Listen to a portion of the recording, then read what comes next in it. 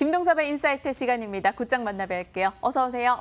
안녕하세요. 네, 밤사이에 비둘기파적인 소식이 전달이 됐는데 날지 못했다라는 소식이 들려왔습니다. 저희 앞으로 어떻게 해석을 하고 가져가야 될지 이사님의 시각 전해주세요.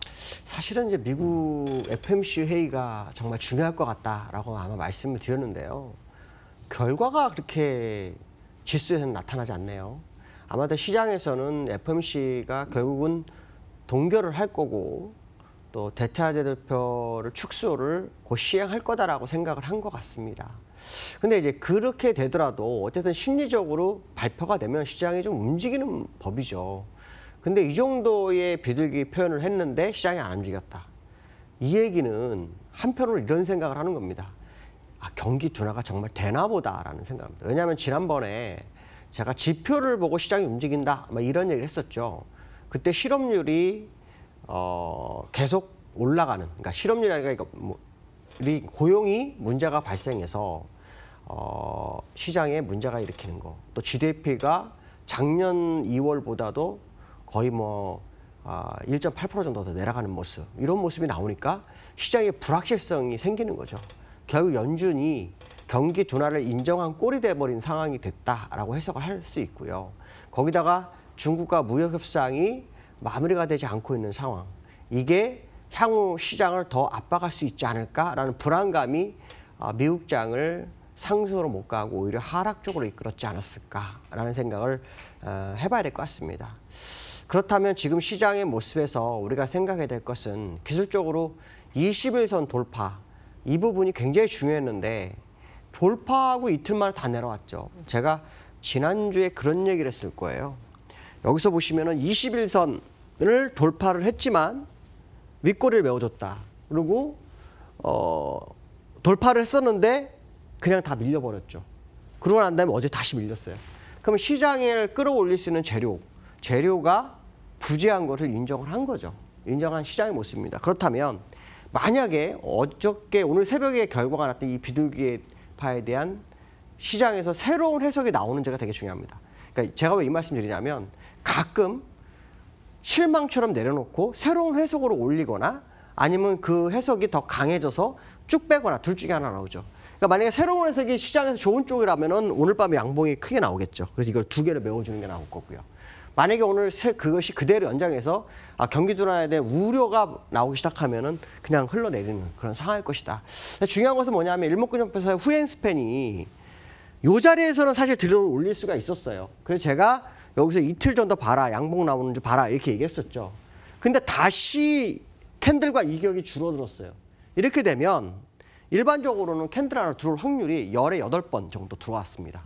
그러니까 현재 두 번째 후행 스팬이 들어온 거는 꺾여서 캔들과 이격이 줄어든 거는 결코 좋은 상황이 아니다라고 해석을 해야 될 것 같습니다. 자, 두 번째 이슈는요, 중국에 대한 얘기를 좀 해볼까 합니다. 중국이 제가 지난번에 한번 이런 얘기를 했어요. 회사채가 문제가 될 것 같다. 그래서 회사 디폴트 가능성이 이게 나온다. 이렇게 했는데요. 노무라 증권에서 나온 얘기는 작년에 중국 회사채가요, 약 26조 원 정도 됩니다. 경제 규모에서 클까?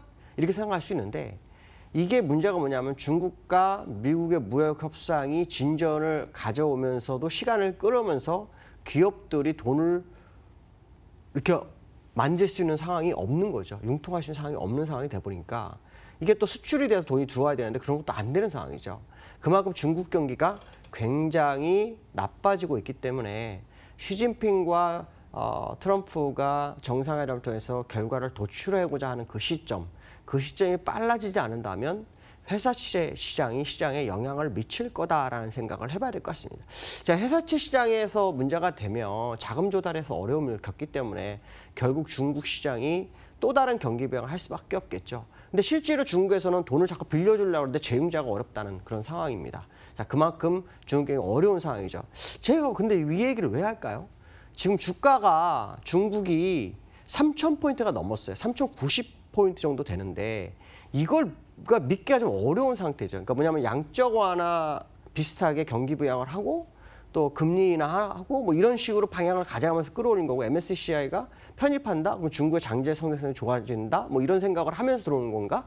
해서 아마 들어왔지만 실제로 경기는 꺾이고 있기 때문에 부양의 효과가 시장에서 제한될 수 있다라는 생각을 해야 되죠. 그렇기 때문에 아직 월봉이 완성이 안 됐어요. 이틀 남았고 다음 주에도 며칠이 남아있죠. 그러니까 월봉이 어떻게 되는지 꼭 확인하셔야 됩니다.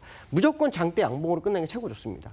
근데 만약에 여기서 윗꼬리가 길어지거나 음봉으로 나오게 되면 시장에서 경기 부양은 무용지물이 되는 그런 상황으로 갈 것이다라는 해석을 해야 될 것 같습니다. 자, 세 번째 국내 이슈에 대해서 말씀드리도록 하죠. 이거를 얘기하려고 앞에서 얘기하다 보니까 말이 잘 생각이 안 났습니다. 코스피 지수가요, 오늘 올랐었어요. 근데 이게 참 중요한 게 사실은 이 오른 이유가 미국 시장하고 상관없는 삼성전자에 대한 시각입니다. 그러니까 삼성전자가 하고 SK하이닉스가 어저께 하락한 지수를 되돌리는 역할을 했어요. 근데 오늘 이슈가 하나 딱 터지죠. 마이크론에서 5% 감산, 재고를 없앨 때까지 이런 얘기를 합니다.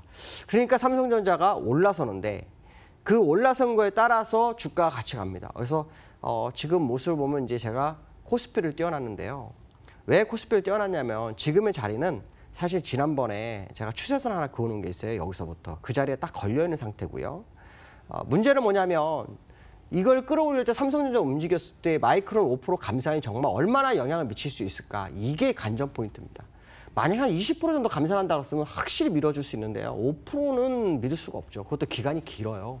그러면 삼성전자가 실적이 좋냐 이걸 따져봐야 되는데 그렇지 않은 상황이라는 거죠. 그러나 분명한 것은 우리가 알 수 있죠. 삼성전자가 움직여야 우리나라 시장이 움직인다라는 것은 또 한 번 확인시키는 오늘 하루였다. 그리고 또 하나는 삼성전자가 지금 거의 한 5% 오르거든요. 근데 지수가 20포인트밖에 못 오르고 있는 게 좀 이해가 안 됩니다. 왜냐하면 삼성전자 혼자서 5% 오르면 20포인트 가능하죠. 근데 SK하이닉스까지만 해도 5%가 오르고 있거든요. 그럼 이 상황에서 지금 지수 20포인트는 안 맞는 지수다. 그러면 오늘 막판에 튀어 오르든지 아니면은 물량이 나와서 시장을 밀어내는지 이거 확인해야 될 것 같습니다. 어쨌든 삼성전자의 방향성이 시장을 이끌어가는 것은 맞다라는 것을 확인하는 하루였다. 이렇게 말씀드릴 수 있을 것 같습니다. 오늘 여기까지 하겠습니다. 감사합니다.